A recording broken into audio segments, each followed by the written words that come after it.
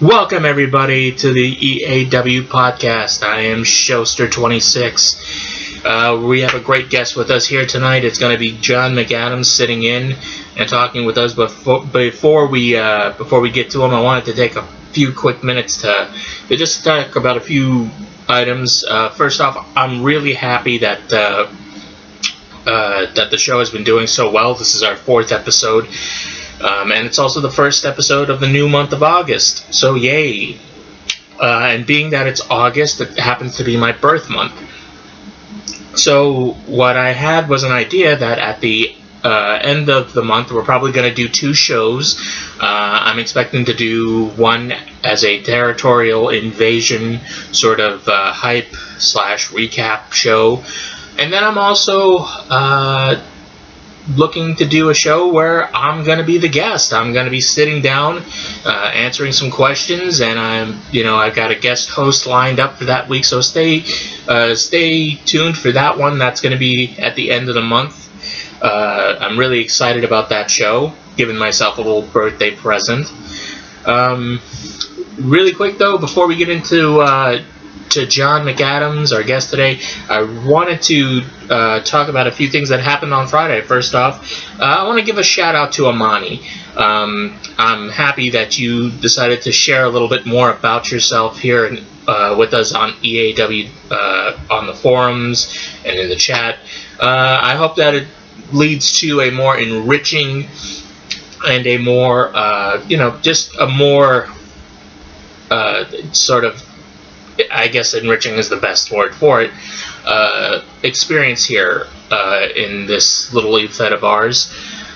I'm hoping that your reveal will kind of just, kind of give everybody sort of an example that, they could feel free to be who they are, regardless of race or gender or anything else, religion, whatever the case is. We're all here, we're all wrestling fans, we all love the business, we all love the characters, the storylines, we all have a common thread here, and that's really what I feel is great, about us, that if we could always accept what's common and what we all enjoy, it would just make we should always try to remember that, and that is kind of the ties that bind us all, even though we're, states and sometimes countries apart, we all have that common thread between us all.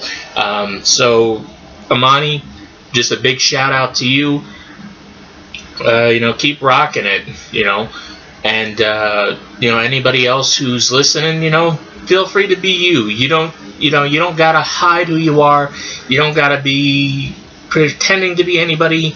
We all here, we're all people, we're all humans. I hope, anyways. I don't think any dogs are secretly typing. If you are, we'll find you over now. But we're all people here, and we all have that love of wrestling. So that's something I really wanted to talk about. Another thing I wanted to talk about that happened Friday, there was the Big Dynasty Super Show. I wanted to talk about this one a little bit. Unfortunately, I got called in. An extended family member, their daughter had a birthday, so I ended up having to take the entire tribe to Disneyland.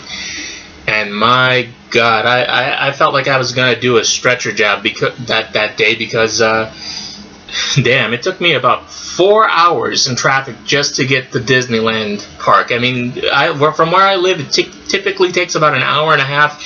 The traffic was just brutal.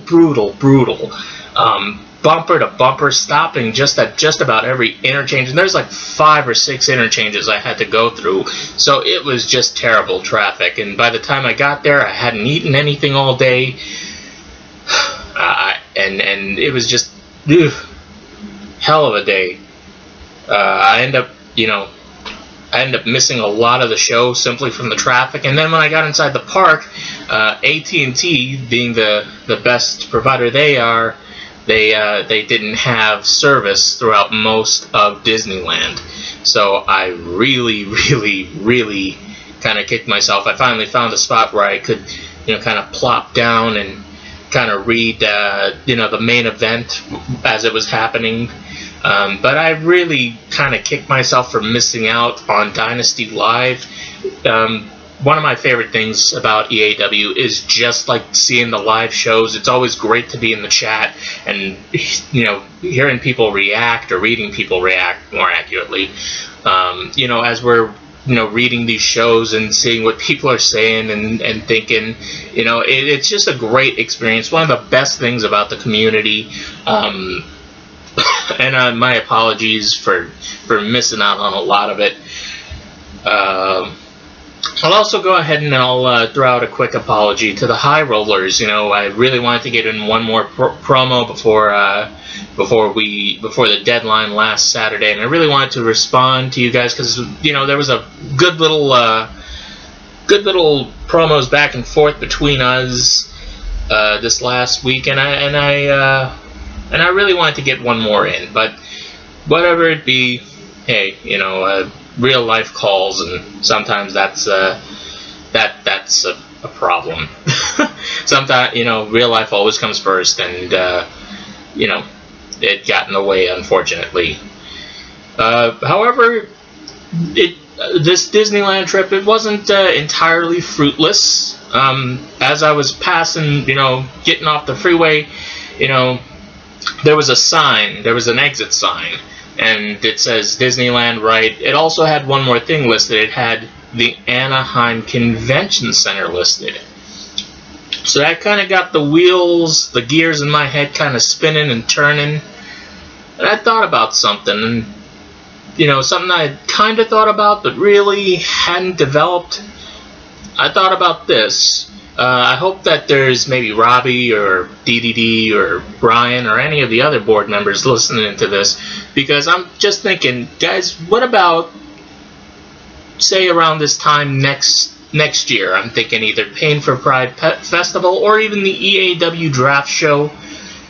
I'm kind of curious. I'm just wondering, what do you guys think it would be like if we were to rent out, say, I don't know, maybe an expo center, hell, maybe even just a banquet room, and we could maybe have a big giant event there.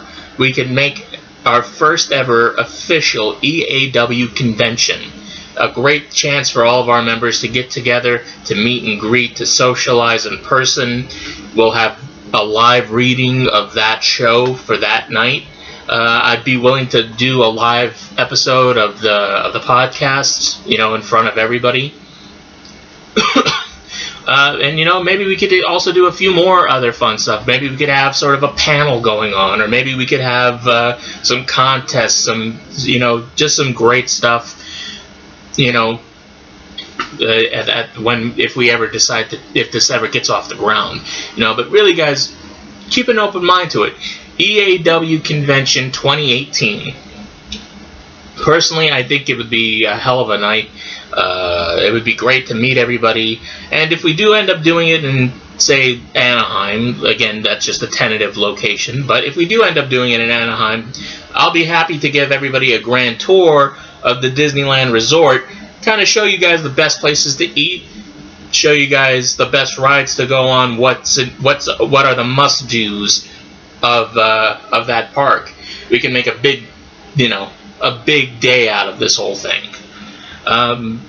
Just kind of keep the open mind. If you guys are into it, go ahead and comment. Go ahead and either here or on the post that we're gonna set up for this on the YouTube, wherever, man. Let us know if you're interested, and maybe we could kind of get the fan, maybe with all the power of the people kind of getting behind this, we might actually see this. If not in 2018, maybe even 2019 or sometime soon. Let us know, guys. Alright, so without further ado, I'm going to welcome my guest this evening, my guest for this episode. He's a former hardcore champion here in EAW. He's one of the best young prospects, in my opinion, that this company has. And as of tonight, he is my Sanatorium brother officially. Welcome to the fold. Please, ladies and gentlemen, welcome Mr. Jon McAdams. Welcome to the show. Hello. All right. How's it going? It's going cool. It's going cool. How about yourself? Doing quite well. I'm excited to be here. Alrighty. Well, first off, when did you start watching wrestling? I started 1998.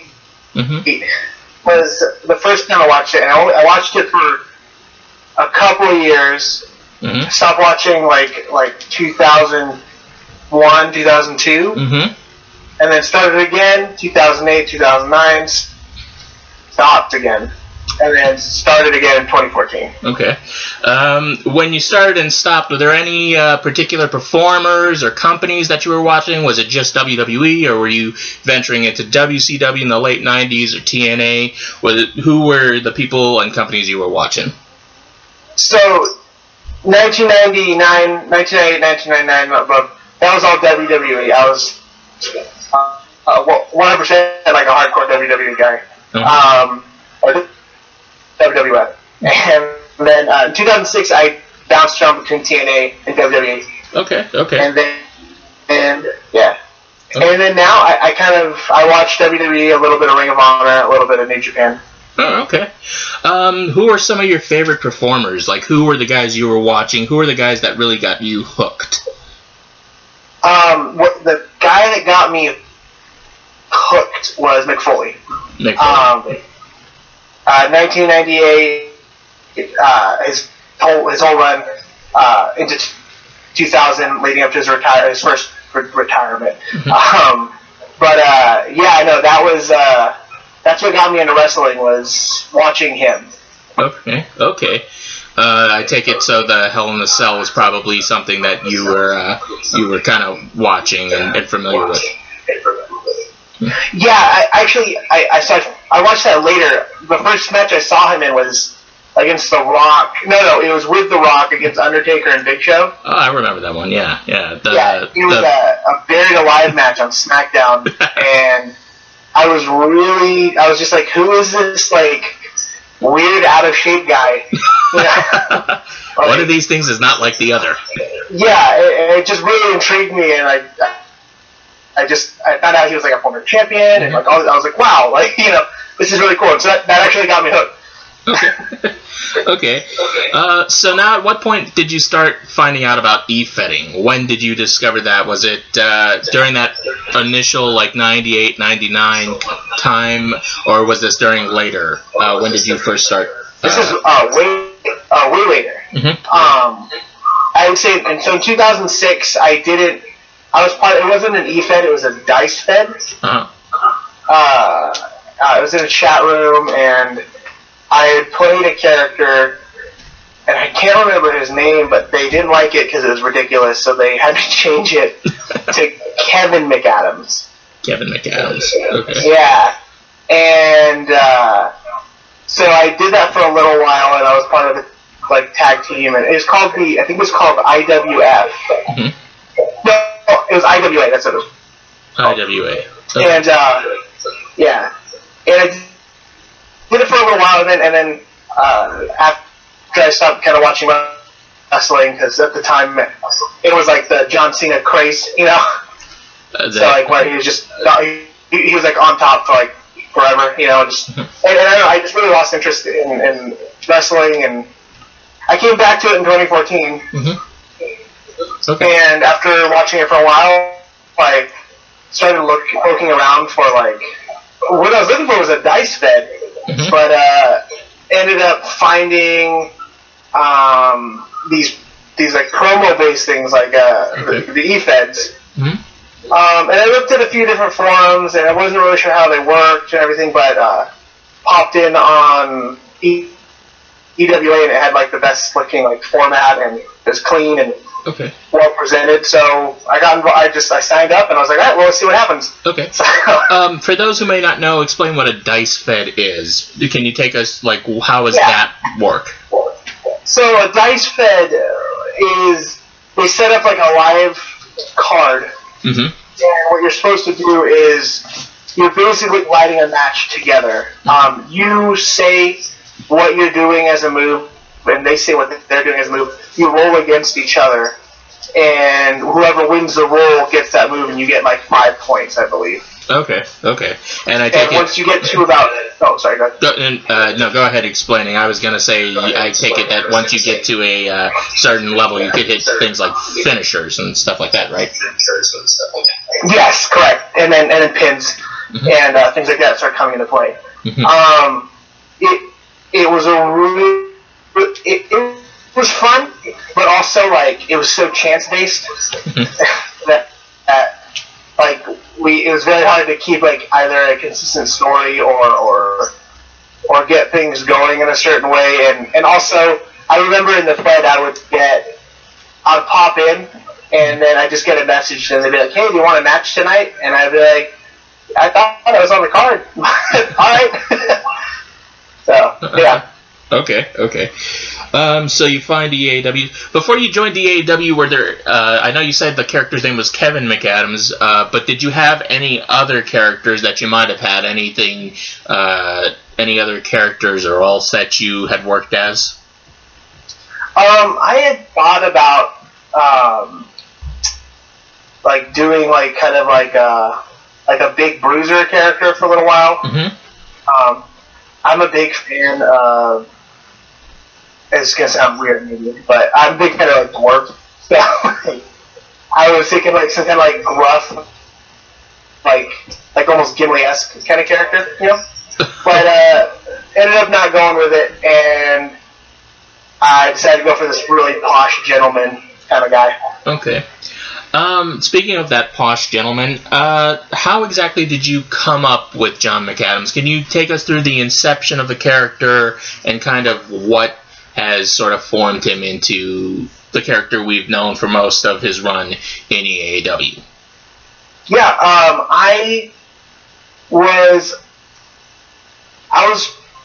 played a character in...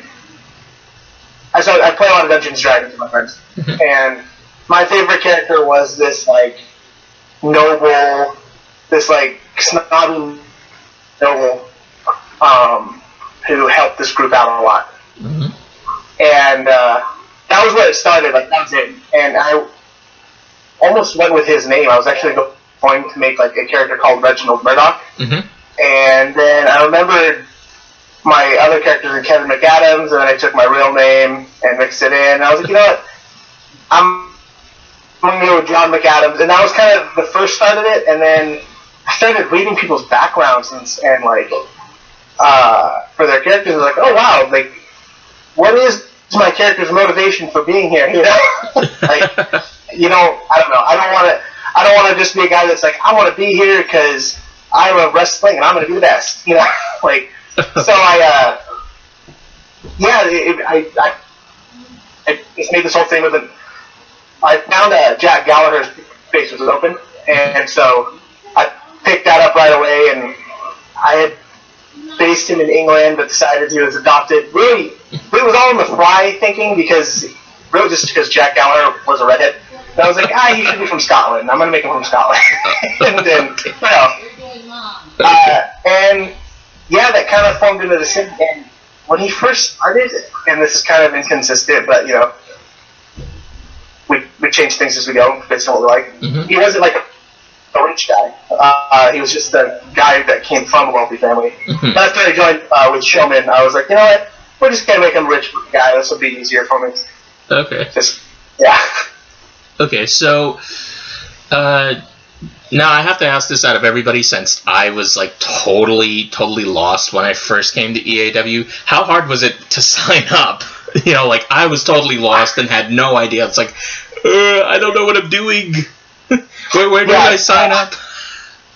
I was actually lost on like a few things, like format and like the form was clear and everything, but I mean like I was like, all right, how do I post? How do I do this? And like even with signing up when I made my character, I had that thing open for days before I actually signed up because I was like, is this right?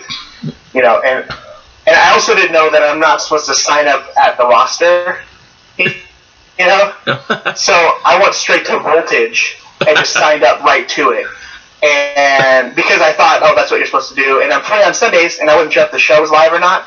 So that's what I did. And But definitely, it was. I was real confused at first. I made the same mistake because a buddy of mine who turned me on to EAW, he was on Dynasty, so I believe I posted my sign up in the Dynasty roster section. Do you remember who your first match was? Yes, I faced Marco Fedor. Marco Fedor. Wow, yeah. Ryan was playing that character all the way back then? Wow. And when was this? Do you remember? September 16th, I believe. September 16th. Oh. Yeah. Let's see, I'm trying to remember. Well, then I obviously didn't write that match. I remember writing a few of your early matches, and I really remember when I saw the move set and all that. I'm thinking like tickles, huh? It's like that's I even wrote that into a spot, and the main writer like it was either Imp or Scott. They edited the fuck out of that and said, no, that's not what he's doing. He's doing this. So yeah, I think got rid of some of those things. Yeah. But I digress. I also enjoyed writing the character, especially when I got to do like little clever, tricky things. I remember one match I wrote for your character. We did this spot where I had you had brass knucks on you, and you roll up a guy into like a schoolboy, and you plant the brass knucks like halfway into his tights so that the referee can catch him, so that you can blast him in the back of the head with the quarters punch. Oh, I remember that. Yeah. Who's that against? I forget the name. He was a guy in a mask. I also wrote one against Keelan Sitnich. I remember writing that. Yeah. And I did one with you and JD Damon. That's where all the trickery kind of backfires and you end up getting low blowed. Oh yeah. Okay. Out of those early matches, anything that sticks out in your head? What was the experience like getting into the whole promoing section? Was it difficult to transition out of the dice style to the promo style? So I love the promo, the promo style, just because I have time to do it, and it's on my time, when I want to promo and everything like that. Mm-hmm. And the dicing was really restricted. You had to be there on these nights for these hours, Mm-hmm. But in terms of just starting it up and doing the different dice fetting was all about speed. How fast can you type and get it up there and all this other stuff. This is a lot more meticulous, and you gotta really have your character in mind and how they talk and how they're gonna interact. It's so different, Yeah, and definitely. And to say, let's see, you've been here about a year, correct? Almost a year. And you've honestly, watching your development, I've got to say, you've taken to it pretty well, as far as knowing who your character is and what motivates him, what drives him. I don't know if you remember this match, but I believe it wasn't too long after you joined, but you ran into a guy by the name of Solomon Kane. I don't know if you remember working against him. Yeah. When I first got here, there were two people that really challenged me promo wise. Mm-hmm. And one of those was Aaron Fournier. And he's definitely a great worker. Yeah, he's a beast. And then you. And I remember I promoted against you, and then you promoted, and then I promoted, and then you promoted. No, let me take that back. You promoted, and I promoted, and then you promoted again, and I was like, oh my gosh, he's gonna promo every day. All right, awesome. Okay, this hasn't happened. This was my favorite part, because while we are storyline based a little bit, we're still a competition, And so that was super cool. I was really excited for it. Even at the end of the week when after I lost, I was like, you know what? He earned that victory, and I still feel pretty good about my performance. So. Yeah, you did well. I'll explain this. I've always been kind of like the effort guy. I always compare myself to like a Kenneth Farid. If I'm gonna beat you, I'm gonna beat you just because I keep throwing myself out there, and I'm gonna work that hard every time out. Also, you were like the first match I had back. I had like a 3-month absence, and then when I brought in the Kane character, like, I wasn't even supposed to be working on like Voltage. I originally wanted just to be Battleground exclusive. Then they canceled Battleground, and all those plans went out the window. So you were the first official matchup. So I had to, I had to come with it. I really had to learn that character kind of as I went, and you were a great guy to help bring that along. Moving along now out of that, when did you first start kind of talking with Mike about doing the whole people with class gimmick? Like, does he approach you? Do you approach him? And when's like the time frame of all this? So, well, after I joined, I had eaten a loss to Fournier, and Showman had a match with him, I think, like the next week, and beat him. No, Showman asked him to tag team with him on the show. And Fournier said no, and then he beat him the next week. And I kept seeing, Showman kept posting on the forums that he wanted to work with me, and I was like, yeah, that'd be fun, like, whatever we do, and then the next thing you know, Imp and Oasis started, writing that in, just like us talking a lot more, like, he came to ringside and helped him, and Joe and I messaged each other, and we're like, so I guess we're gonna be like a team. And he's like, yeah, maybe. And I was like, all right, well, that happened. Let's do it. Like that was it. There wasn't too much conversation. Okay. And then we were kind of acquaintances, and then we were best friends. So the bestest friends. Now here's a question: who comes up with the name "People with Class"? Where does that come from, if you know? We were going, so we threw around, me and him were throwing around a couple of different names, and really what happened, I was like, I just want Class to be in there, I don't really care, and we couldn't settle on anything, so actually I think Showman was finally just like, well, let's just do People with Class. I'm like, that sounds great, let's do it. And so that's what happened.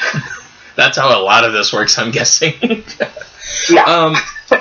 Can you talk a little bit about the dynamics of working as a tag team? I mean, personally, I've never been in a tag team myself, and I think there's a few people who have mostly stuck to singles. What is it like when you're definitely in that whole situation where, you kind of got this guy, and, does it make it easier? Does it make it harder, knowing that he's either going to be there or, to kind of help you along with what you're doing, or do you find you have to maybe work a little bit harder to try and match him to kind of, not be the quote-unquote Janetti of the team?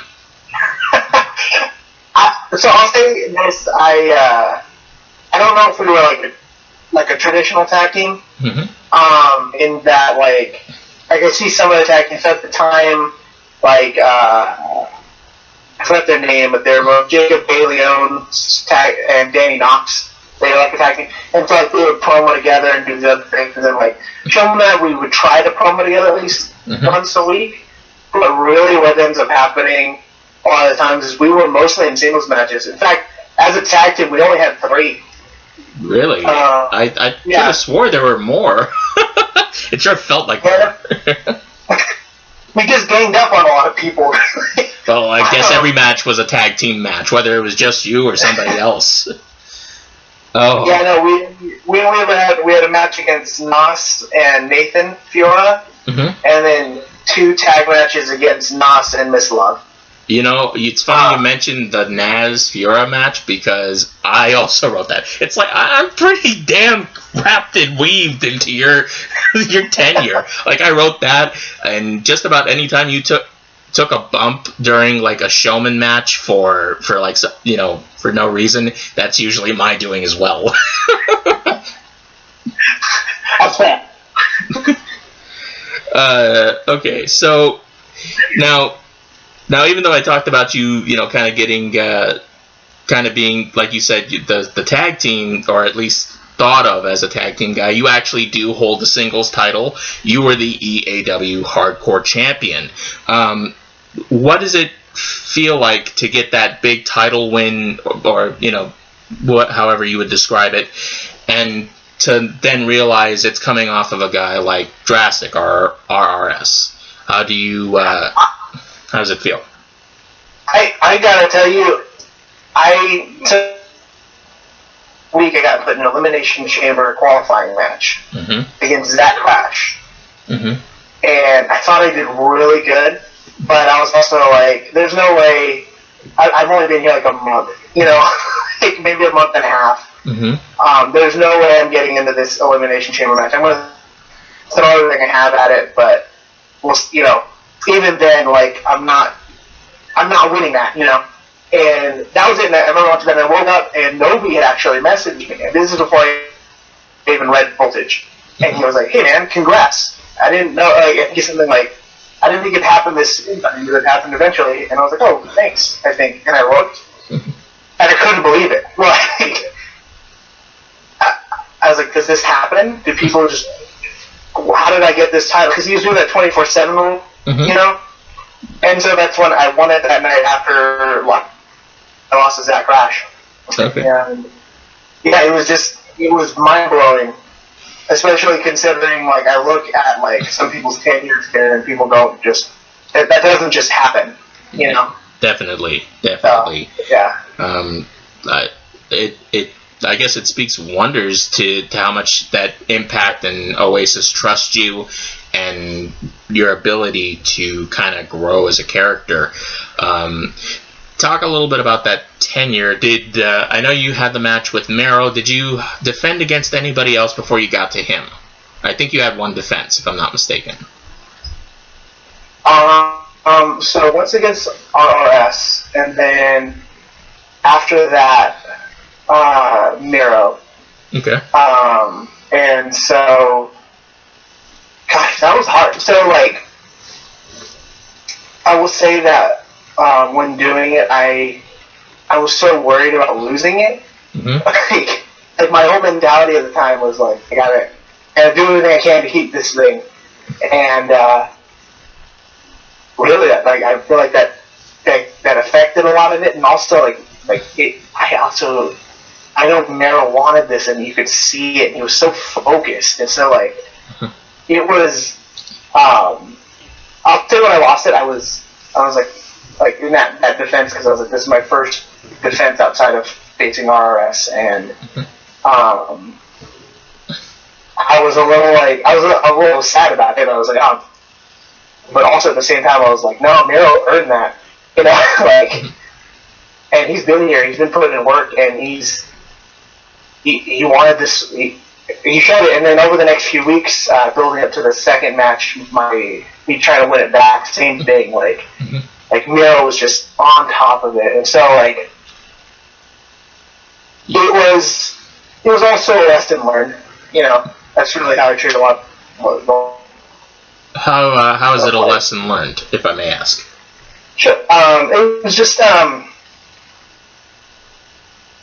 I stopped really focusing on the character, you know, and my entire reign, while it's important, I think, to highlight the title you hold, you know, everything that my character did became about that and less about who he was and what he was doing and everything like that. And so I really didn't have very much focus during that time, and it's not taking away from Mero.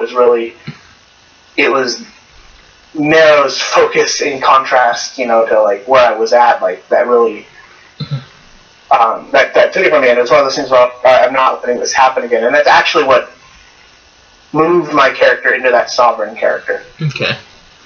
Yeah. Let's see. Now, we're moving obviously into around the end of the year, Road to Redemption. Around that time, well, no, it must have been after Road to Redemption, like actually in January when you started feuding with Naz. Was this something that anybody talked about? Was there always a known idea that, hey, you two are going to work with Naz and Aaron and you're going to be part of this? Or was this anything that anybody was talking about to you that you happen to know of? Or was this just something that was kind of, put together and, the stars kind of like fell where they may? This kind of just happened. I remember I didn't do anything, and I remember Showman had started something with Nas, and I figured, alright, so it looks like we'll both be feuding with him, Mm-hmm. And, I hadn't had a match in about a month after I lost my second attempt at getting the hardcore title back. Mm-hmm. And, I first match back, I beat him by him not coming to the ring because Showman attacked him. And that started it. Nobody talked to us about it, but like I would say that entire from January up until I would even say June maybe, I didn't have too much know about what was going to happen next. Okay. So talk about working with Naz. He's actually a guy I've never had the privilege of working with, on the promo page. What is it like when you deal with somebody like him and even somebody like Aaron? Talk about those experiences. How did that sort of challenge you, and what are the things you took away from that feud? I learned with Nas. Is it Nas or Naz? I always pronounce it Naz because it's Nazar. Oh yeah, that makes sense. Okay, Naz. Alright, with Naz, he really strikes me as somebody that kind of knew what he was doing. He promoted for our matches as much as he needed to,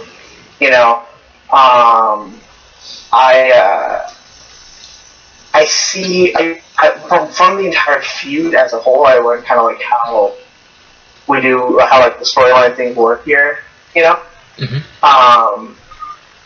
But I would say overall, I kind of learned how it can be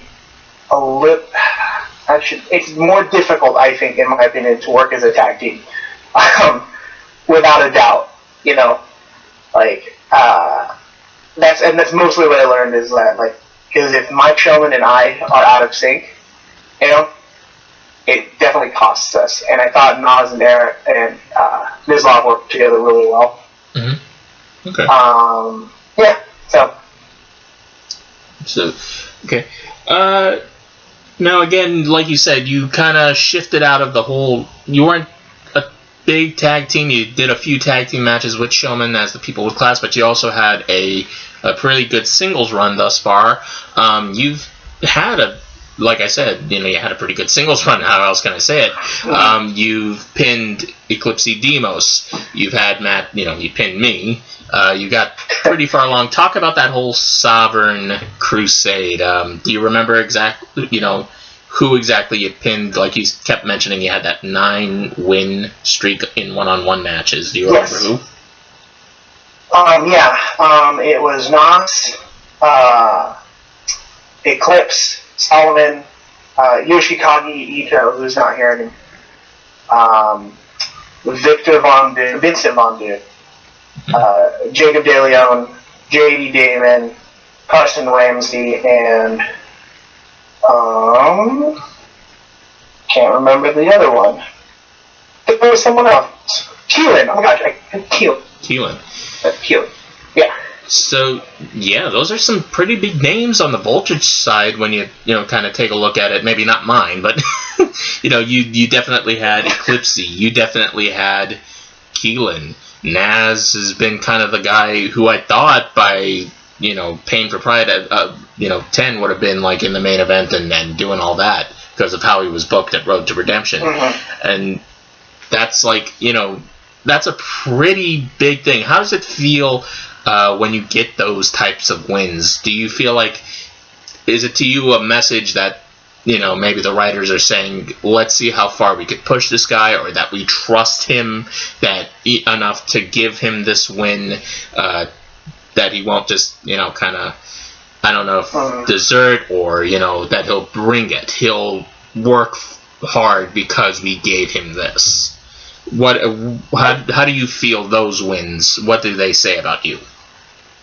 Well, I took them pretty seriously, like getting a win over like the current champion in any regard, I think is a big deal. Mm-hmm. So the fact that they put me over Eclipse, and even on this run, not just beating people, like I thought, like this was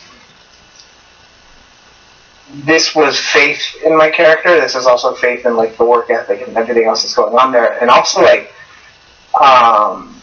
it was confidence that I could do this. You know, I remember when I first started, my win-loss record was like 1 loss, 1 win, 1 loss, 1 win, 1 loss, 2 losses, 3 losses, 1 win. You know, you're lucky. And dude, I jobbed out for like the first month, got a win, and then jobbed out again. Go ahead. No,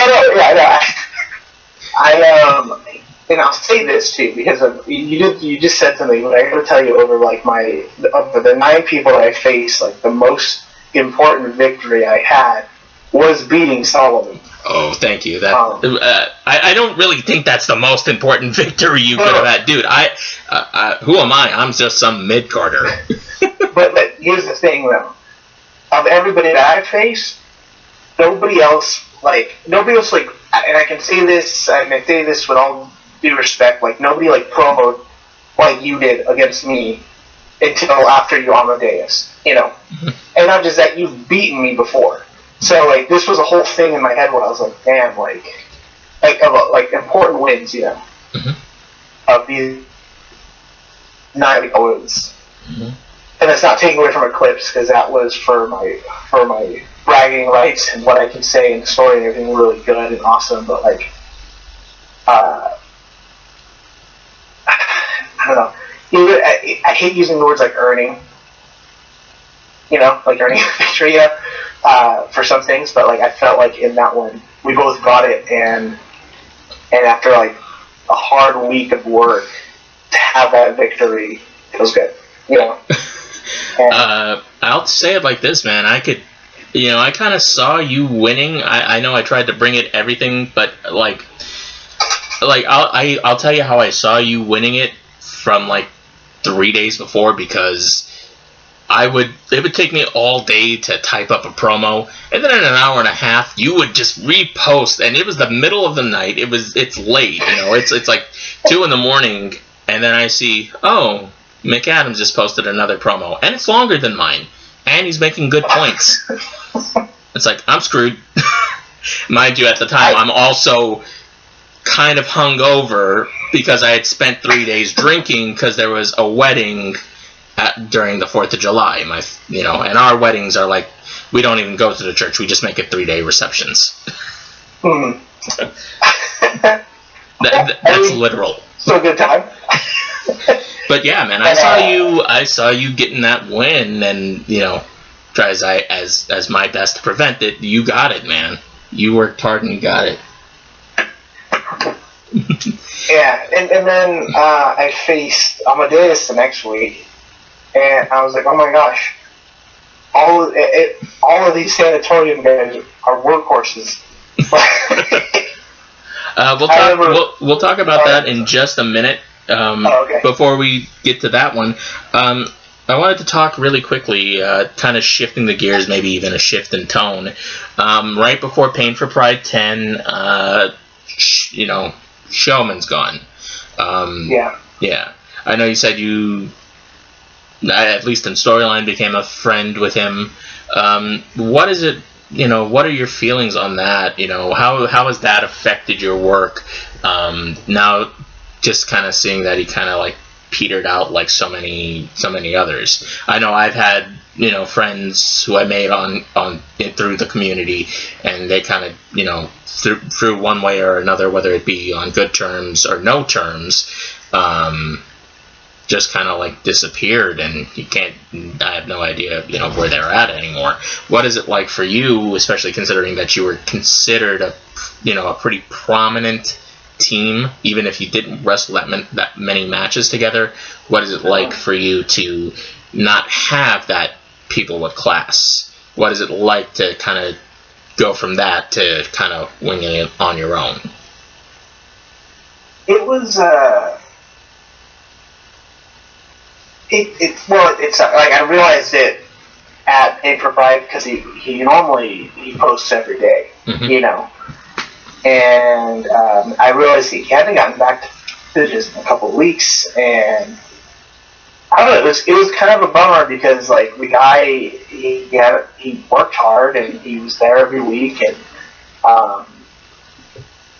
and it was just weird to not have like it's been like a hey guys, I'll be back later, you know. Like, it was just unfortunate too, and then like there was no blow off to it because he and I had kept teasing at some point, like we split, you know, because I don't know, I wanted to stick with it as long as possible and then see an end to it, and it just kind of, I think, outside of losing contact with him and having another guy who was consistent disappear, it was also sad to not get like, for this PWC thing to just kind of disappear and peter out. Okay. Like I said, I kind of know the experience. Some guys who I'd worked with just kind of like, you kind of get close knit with somebody and then they just kind of disappear, and you know it sucks really. But all things considered, I think you've done pretty well, because in that time I think I've seen maybe you shifting gears a little bit, maybe kind of getting into a, maybe a higher plateau or a new level, maybe just from like your promo work. I know we worked together for the Battle Royal. I know you threw some good, kind of jabs at me there too. And then you took the Inner Wire tournament. You got into the second round against Amadeus, who would go on to win the whole thing. Talk about the experience of working with him. I guess if you. Yeah. So we just did the Battle Royal, right? Mm-hmm. And so I was promoting every day for that. And then you and I had a match, like after we had a week break, or I had a week break from the draft show. Yeah, I had a week. And then a week after that, it was me and you for the tournament. And my promo against you, boom, boom. And I don't know why I thought this. I thought in my head, I was like, maybe Amadeus is one of the guys that does like 2 promos a week. And I was like, you know what? If he is, because it's hard to go like that for like week, you know what I mean? Mm. So and then he posted, and I posted, and then he posted, and then I realized that I was like, no, this is gonna be every day. So you were in the boat I was the week before. Right. And I remember when the week was over and I was looking at what he'd done, I was like, I already knew in my head, I was like, he beat me. I actually knew by like Wednesday or Thursday, he's beating me. Mm-hmm. And I was like, well, let's just keep going. Maybe I can pull this off, So yeah, I mean, he just brings it like with every week. I don't think he's ever really off his game. It's very rare that you find anybody who's off their game, kind of in the sanatorium, and that just speaks highly to anybody who gets who's part of that whole faction. And props to Eclipse for helping give birth to something that's kind of been like kind of like a good place for workhorses to kind of join up. Okay. Yeah, And the other thing, so I actually got an offer before to join the Sanitarium. I forgot about that. Nero and Eclipse had asked me when he and I were having a match, but I was still doing this thing with Showman, and I didn't want to, I didn't want to jump off of that yet. And when you had asked me, I was like, well, I gotta see what's going on with the show. Like when you and I were talking about it. Yeah, and sure enough, Showman disappeared, and I was like, well, that's the only thing holding me back here. So let's, But something I really liked about Amadeus too is he had messaged me on Friday, or before a match, and he was like, "Hey man, I'm gonna promo again. If you want to promo, do it. I won't promo tomorrow if you won't." And I was like, "Cool, great," And I didn't know him, so I'm like, "What if he?" I don't think he would. I don't think anybody would do that. But what, And he did it. And I don't know. It was just one of those things where, cool. It's just cool that, like, there's this group of workhorses that have respect and, like, so I don't know. It encouraged me in what we were doing and moving forward and what was going to be happening, Okay, so now that you have, now that the show is up and Voltage is kind of revealing that you're now part of the Nightmare branch of the Sanatorium, what are you expecting? What are you hoping to bring out to this character now? Where do you see it all, or hoping that it all kind of leads to? I'm hoping for Sanatorium to just kind of, for the next however long, just be that dominant force on Voltage. We got guys like Apocalypse, right? Like just like the four of us that currently have Amadeus, you, and Apocalypse as workers, like, I'm hoping we tear the promo page up, like, and storyline wise, just like, kind of show like, well, like Sanatorium didn't leave. It didn't leave. It just expanded. Here, we're as good as, yeah. I don't like the click. Okay. So, yeah, that's my big thing is just like keep it because it was last year. I would say not even last year, like earlier this year's run. Like Eclipse had the EAW title, Mero got the hardcore title, and like it was just like across the board. Sanatorium guys are involved in big spots at pay-per-views. We are involved, we're in it, right? And I just want to see more of that, like, who doesn't? Right. So, yeah. And also just kind of like, I like to change the character up every like 6 months or so. If I like with Sovereign is only 3 months, but like if I feel like it's time, like the act's getting a little stale, like I'll start thinking about it. And this was perfect. Like, all right, now I can change him up a bit. We can do something different, and I get to work with some guys that are just really good, really good guys. So yeah. Alrighty. Well, before we go, we got a few last questions here. First off, we always ask, what is your favorite match that you've had so far in EAW?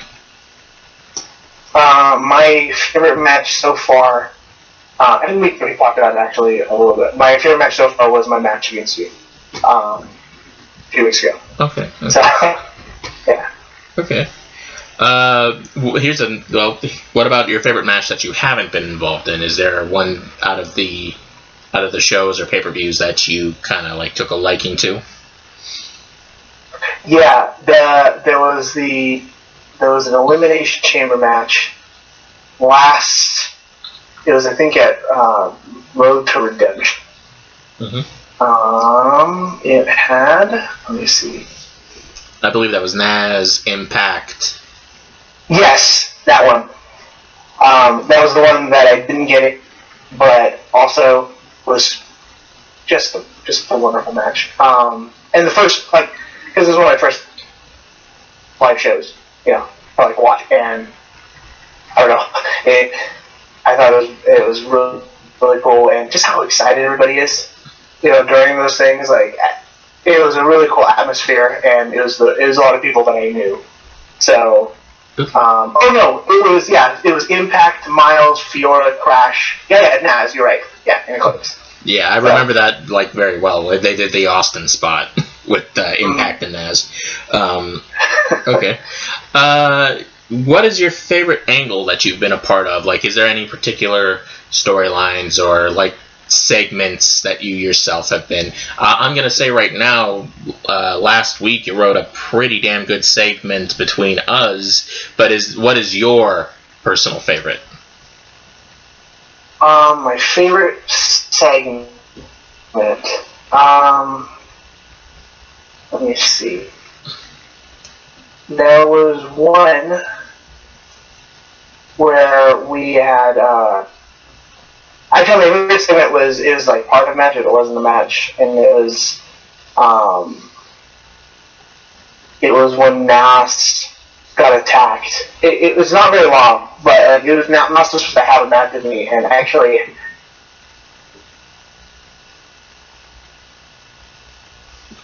Hello? Okay, so Naz is so the angle with Naz coming out. And that's kind of what your favorite was, right? Yeah. Okay. Here's a question. What is your favorite match in real life? Is there any particular one match that you have, or even if you have like a couple, what are the matches that you will say are your favorite? I love Mick Foley Cactus Jack versus Triple H at Royal Rumble 2000. That was a very good one. Yeah, I remember, like, even when I go back and watch, it's not like it's like a very technically great match or anything. It was just I'm so invested in what was going on and love the characters and how they present. Everything from like the hardcore parts of it to like The Rock coming out and saving him to how the screen goes out and how it ends. That was an absolute favorite of mine. Okay. And then the other one would probably, it's because it's more recent, was any you could pick from the litter of any of the last John Cena AJ Styles matches that happened in last year. Oh, okay. Yeah, it's so chalk one up for a John Cena match. I think an angel just got his wings. I used to really hate John Cena, and now, I mean, when you have, I don't know, I hate it, and also at the same time, I'm like, whoa, the guy does have good matches now. It wasn't his case, but like, you know, okay, things change. Now, here's another question. Got this and one more I'm going to ask you. Who, if anybody, could you work with, past or present, in EAW if you had your choice? If you could pick one opponent. Impact. Who? Impact. Impact? Yeah. Good. That's a very bold choice. I know I've worked against Impact one time. And I'm not sure I ever want to again. That guy brings it, more than I could say. Just his use of the way he uses language as a weapon is just amazing. His verbiage, and even his effort. I remember we did the Glass Gauntlet match together, and it was just, he's as well regarded as he is for a reason. Yeah. Yeah, I don't know. I think he's a great guy, and he's absolutely a legend, and so part of that was like,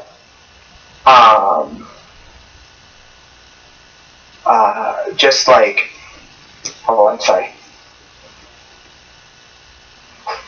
Part of that was just, he was one of the guys that like really believed in it too, like PWC. And I was really sad when I found out he was retiring. I was like, yeah, man. Well, in his words, he's not retired. He's just, he's not. He's going to be a part-timer, I guess. He's going to do the Brock Lesnar thing. Oh, well, that's good news. Yeah. Okay. So maybe someday. It's definitely a possibility. As long as anybody could still breathe and still find a way to put text up on a screen, anything is possible. Now here's one last question. This is kind of always what we exit with. Have you ever pitched any cool ideas for angles or storylines, and they didn't get used that didn't get picked up?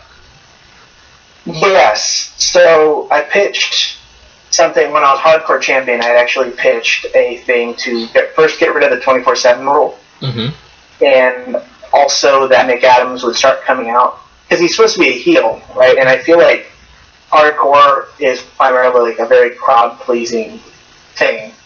And so what I wanted to do was have McAdams come out and kind of take that away, and he would defend his title in what he would call a hardcore classic, which would be just a straight singles match. So the title where he could take advantage of the rules and compete. So you're pulling the old Mick Foley, Lance Storm hardcore. Yes, exactly. And so unfortunately, it didn't make it, but we did get rid of the 24/7 rule. So yeah. All right. Well, that just about takes care of all the questions I have. Do you have any last words or comments for the listeners here tonight? Yeah, thank you for listening. And I look forward to seeing you on the promo page. Alrighty. Well, thank you for coming on, man. It's been awesome having this chat with you. I want to thank everybody who's been listening. We'll catch you all next time on the EAW podcast. Make sure to like, make sure to subscribe, and make sure to drop us all those messages and wonderful comments. If you or anybody you know wants to be a guest, shoot us a line. And until next time, I'm Showster26. This has been Jon McAdams. We'll catch you guys next time. And we are out.